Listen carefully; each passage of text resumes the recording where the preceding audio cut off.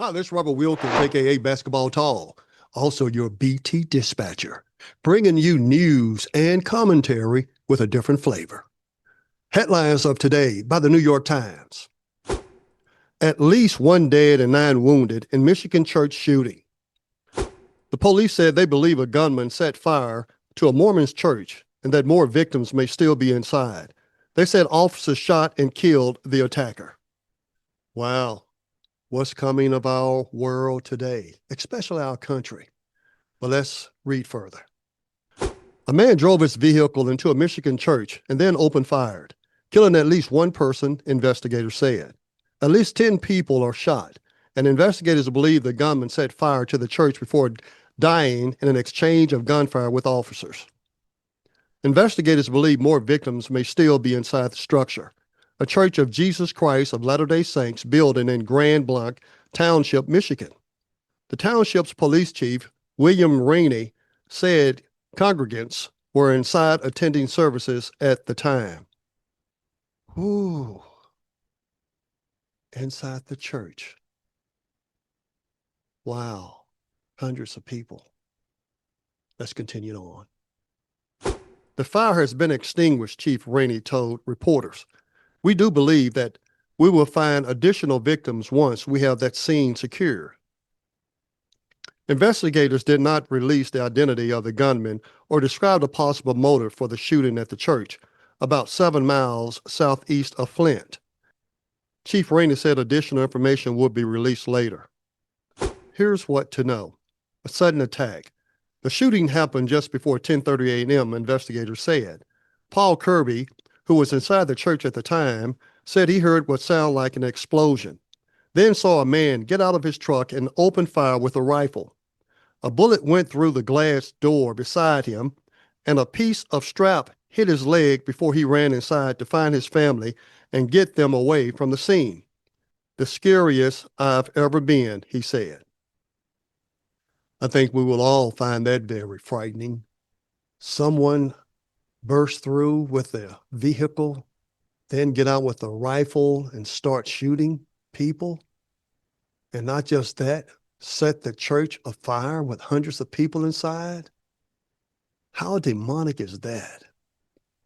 Witnesses describe a house of worship engulfed by fire and extreme fear.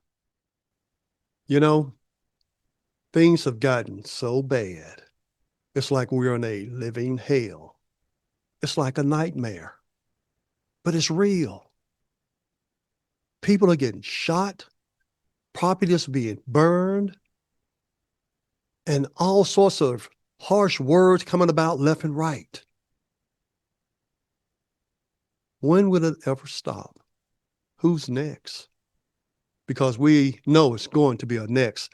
We hope not, and we pray to God that it don't be, but the way things have been going lately, seems like things are being retched up. Words have power. Words have power, don't they? Words can start fights. Words can also start wars. Words can comfort. Words can heal.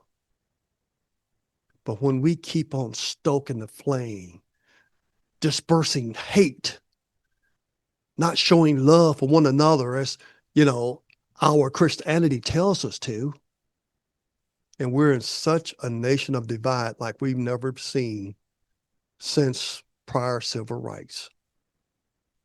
What are we going to do, America? Are we all going to go down in a hell of flames because we're going to continue to support wrong? See, right now, everything comes down to right and wrong, right? You call yourself a Christian, do what the Bible tells you to do. And if you don't know about it and stop listening to what other people tell you, my pastor will always say, don't believe everything that I may tell you or anybody else. Search the scriptures for yourself.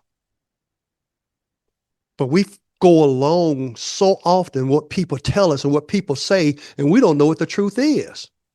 And then we have that book right before us, and we fail to pick it up to even read it. Or you can get the Bible app, and it'll read it for you, whatever version you want.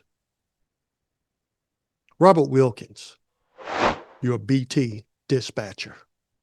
Come on. If you hadn't signed up already, go ahead and press that subscribe button so you'll be informed of every little thing that I share on this channel. Also, give me a thumbs up, baby, because that helps the algorithm. But we have to do something, folks. We can't continue to go with the norm as is because destruction is getting worse, not better. But we, the people, have the power to change that. Sam and Dean Winchester, we need them right now, of Supernatural, to save the world from Satan. Remember that movie, that TV show that came on every week? Sam and Dean Winchester are the real heroes. People are alive because of you. You and your brother. You're important. Who are you? You saved the world. More than once. We're the guys who saved the world. We're the guys who saved the world. Sam, you saved the world. Remember that? That's what we're living in right now. But we can't call on Sam and Dean. We have to call on you and I, the people. And if we do what is right, we can bring about peace to this land. We can bring harmony to the world because the world takes its cues from us. But the world is moving away from us. So what are we going to do different? Robert Wilkins, aka Basketball Tall, your BT dispatcher. Stay tuned, and I'll see you next time.